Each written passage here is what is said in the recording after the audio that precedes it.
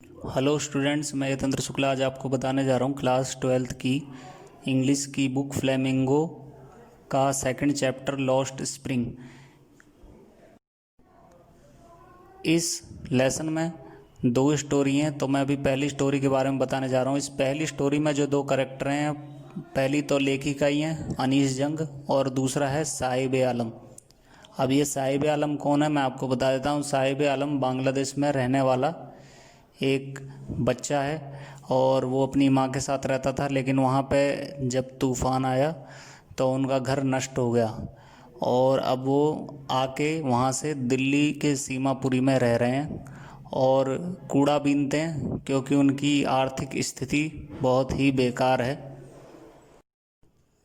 तो जब साहिब आलम कूड़ा बीनता था उसमें से देखता था, कभी कभी क्या होता था, कभी कभी सिक्के भी निकल जाते थे और नोट भी निकल जाता था 10 वगैरह का, 10 रुपए का। तो रोज़ अनीस जंग जो लेखिका हैं वो मिलने आती थी उससे और वो उसको कहती थी तुम ये सब क्यों कर रहे हो, कूड़ा क्यों बीनते हो, और तुम्हारी उम्र तो अब पढ़ने की है, तुम्हें पढ़ना चाहिए।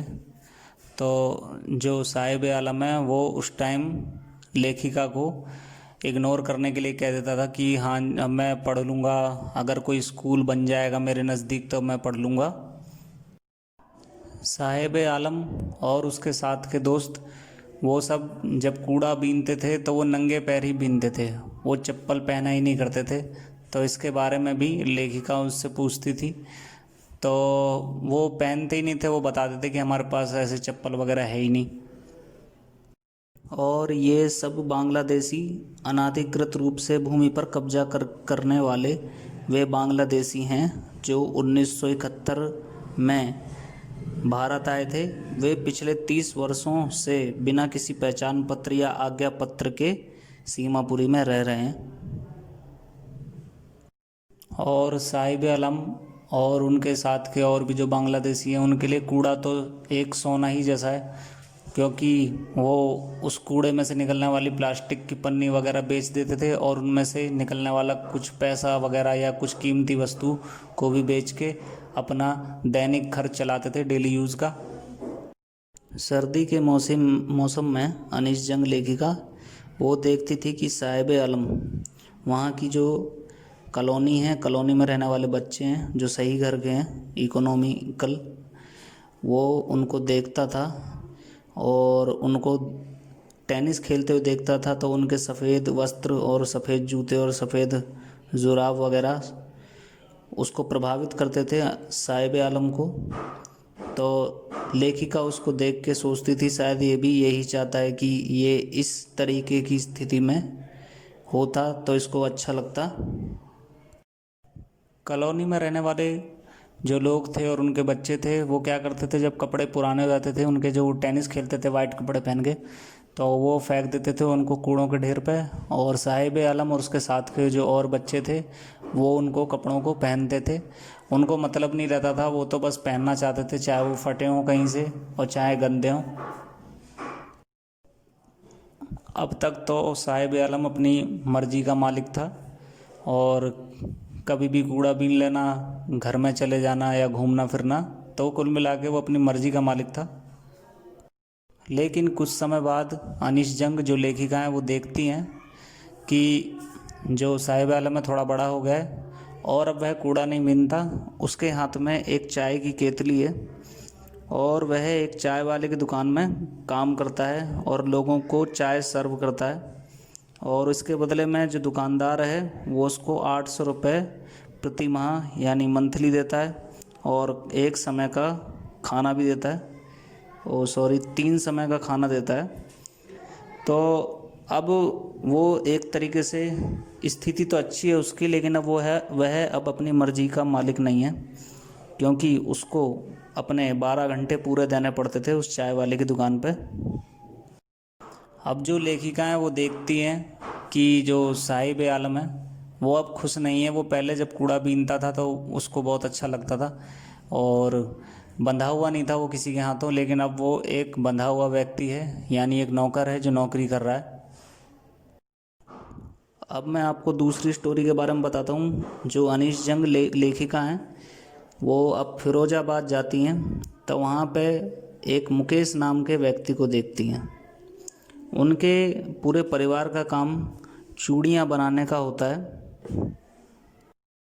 लेकिन मुकेश चूड़ियाँ बनाना नहीं चाहता, वो एक मोटर मैकेनिक बनना चाहता है।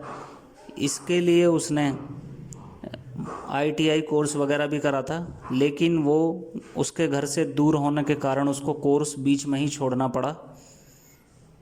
और वह अनीश जंग लेखिका से यह भी बताता है कि वह कार चलाना भी सीखेगा। जैसा कि हम जानते हैं फिरोजाबाद अपनी चूड़ियों के लिए प्रसिद्ध है। प्रत्येक दूसरा परिवार चूड़ियाँ बनाने के काम में फिरोजाबाद में व्यस्त रहता है, बिजी रहता है। परिवारों ने भट्टियों के सामने काम करते हुए, शीशे को जोड़ लगाते हुए, स्त्रियों के लिए चूड़ियाँ बनाते हुए कई पीढ़ियाँ बिता दी हैं फिरोजाबाद में। फिरोजाबाद में अवैध रूप से 20,000 बच्चे जो कम उम्र के हैं वो वहाँ की चूड़ियाँ की भट्टी में काम करते हैं और वहाँ चूड़ियाँ पिघलाते हैं, शीशा पिघलाते हैं और चूड़ियाँ बनाते हैं। और वो उनकी सेहत के लिए हानिकारक है, क्योंकि वो उनके लंग्स में जाके, फेफड़ों में जाके कैंसर बनाता है। फिरोजाबाद में रहने वाले जो चूड़ी मेकर हैं, जो चूड़ियाँ बैंगल्स बनाते हैं, उनके घर कैसे हैं? वो बस्तियों में हैं, जहाँ सामने से ही नाला जा रहा है, इधर उधर कीचड़ पड़ी है और गंदे संदे जानवर घूम रहे हैं आसपास, तो उनको उसी में रहने की आदत पड़ गई है। अनीश जंग जो लेखिका हैं वो मुकेश के घर जाके देखती हैं तो उन्हें पता चलता है एक पतली सी एक नवयुवती यानी एक लड़की है जो चूल्हे पर खाना बना रही है, और वो जो लड़की है वो मुकेश के बड़े भाई की पत्नी है। इस परिवार में 3 पुरुष की देखभाल मुकेश के बड़े भाई की पत्नी करती हैं। इसमें मुकेश और मुकेश के बड़े भाई के जो पिताजी हैं वो अपनी निर्धनता के कारण बच्चों को पढ़ा नहीं पाते और पूरी तरीके से घर भी नहीं बना पाते। उनके घर में टीन डला हुआ है। पहले उन्होंने चूड़ियाँ बनाई, फिर कुछ समय दर्जी का काम किया, दर्जी का काम नहीं चला तो फिर वो चूड़ियाँ बनाने लग गए और उनकी आंखों की रोशनी बहुत कम हो गई है। मुकेश की दादी चूड़ियों में पॉलिश करते करते काफ़ी समय बाद उसकी धूल से अंधी हो चुकी हैं। फिरोजाबाद के जो बैंगल्स मेकर चूड़ियाँ बनाते हैं वो सोचते हैं अगर हम इस कार्य के बारे में पुलिस वालों को बताएंगे तो कहीं उन्हीं को ना पीट दें वो पुलिस वाले।